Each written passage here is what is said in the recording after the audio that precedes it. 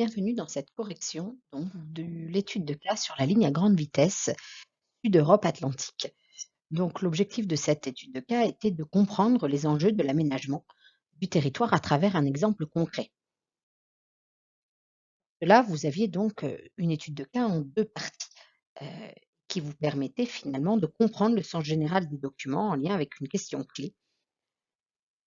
J'ai opté pour l'itinéraire 2 et vous le faire sous forme de tableau, mais je vous le rappellerai à la fin si vous souhaitez rédiger afin de vous entraîner au paragraphe, argumenté, ça sera tout à fait possible. Donc cette étude de cas se divise en 2 parties. La première partie de l'étude de cas, qui correspond donc à la page 272 et 273 de votre manuel, permet de caractériser l'aménagement, c'est-à-dire sa localisation, sa mise en œuvre et les acteurs. Nous allons donc maintenant utiliser les documents un à un afin de nous rendre compte de ce qu'il y a à faire finalement. Donc prenons le document 1. Donc ce document 1, c'est une carte du projet et elle nous permet véritablement donc de localiser cet aménagement. Donc la ligne à grande vitesse Sud-Europe Atlantique, elle prolonge finalement la ligne Paris-Tours qui existait déjà et elle la prolonge bien jusqu'à Bordeaux. D'accord. Donc cette ligne a été mise en œuvre en activité en 2017 et elle permet donc aujourd'hui de relier Paris à Bordeaux en 2h05 contre 3 heures avant. Le projet porte donc sur la construction des 300 nouveaux kilomètres de cette ligne. Le document 2, quant à lui, nous montre les différentes attentes et les témoignages de 3 personnes qui sont plus ou moins en accord avec cet aménagement et donc nous parlent de leurs attentes et des avantages qu'ils espèrent tirer de la construction de cette ligne. Le document 3, quant à lui, c'est le financement de ce projet et il nous permet donc d'étudier les différents acteurs. On voit bien sur ce diagramme circulaire qu'il y en a plusieurs et qu'il s'agit principalement d'un partenariat public-privé. Du côté des entreprises privées, on a l'ICAE, d'accord, donc la ligne à grande vitesse Sud-Europe Atlantique, qui est une société concessionnaire de cette ligne. Elle est composée donc de différentes entreprises et elle est chargée de la conception, de la construction, du financement et de la maintenance de la LGV pour 50 ans. En parallèle, il y a aussi l'État, les collectivités territoriales et l'Union européenne qui participent là aussi à hauteur de 3 milliards d'euros. Et puis, il y a la SNCF qui, elle, a pour mission les travaux d'aménagement du réseau déjà existant. Le document 4, quant à lui, est un viaduc en construction donc aux abords de Bordeaux et elle nous montre concrètement en quoi consiste l'aménagement de cette LGV. Donc en effet, cette dernière a nécessité la construction de plusieurs centaines d'ouvrages d'art permettant ainsi de croiser les routes, les cours d'eau, les voies ferrées, etc. Le document 5, quant à lui, est un extrait d'une motion adoptée par le conseil municipal de Jauldes, donc qui est une commune du département des Charentes, et ce texte déplore la réduction du nombre de dessertes prévues après la mise en place de la LGV. Donc ce document va nous permettre de montrer les effets attendus de cet aménagement par les collectivités locales, mais aussi les choix qui ont été faits en matière de desserte. Donc la localisation des gares LGV est en effet un enjeu pour l'aménagement et leur choix est important pour les villes choisies qui attendent ainsi des retours économiques et un renforcement de leur attractivité. Donc avec toutes ces informations que je viens de vous donner sur cette première partie, on peut compléter le tableau et donc la première ligne. Donc la première ligne, on est sur l'échelle régionale, c'est-à-dire qu'est-ce que cet aménagement va apporter finalement pour la région de Bordeaux et donc la région Nouvelle-Aquitaine, mais un peu plus loin aussi, les régions qui l'abordent et qui vont être traversées par cet aménagement. Donc voilà les informations qu'il fallait du coup retenir.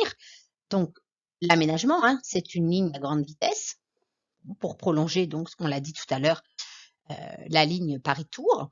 Donc création donc de 300 kilomètres de ligne nouvelle. C'est également un partenariat privé-public. Donc côté privé, on l'a dit, la société LISEA, et puis côté public, l'État, les collectivités territoriales et l'Union européenne. Et puis le dernier acteur, c'est la SNCF. Donc voilà en gros ce qu'il fallait mettre pour cette première partie du document. En ce qui concerne les objectifs et les enjeux, eh bien, le premier enjeu, c'était de permettre de mieux relier Bordeaux et sa région à Paris, mais également à l'Europe, puisque Paris est une ville-monde. Donc, grâce à cela, on arrive à avoir un plus grand rayonnement. Donc, c'est raccourcir aussi le temps de transport, d'accord? Et puis, bien évidemment, des retombées économiques et l'attractivité et les développements régionaux. Je vous ai mis également attention à l'effet tunnel, hein, c'est-à-dire le fait que le TGV ou enfin cette ligne à grande vitesse passe dans des régions sans s'y arrêter. Ça, c'était le document 5 hein, qui nous faisait un petit peu référence à ça, puisque finalement, là, il n'y a que les nuisances de cette LGV et aucun avantage pour les régions.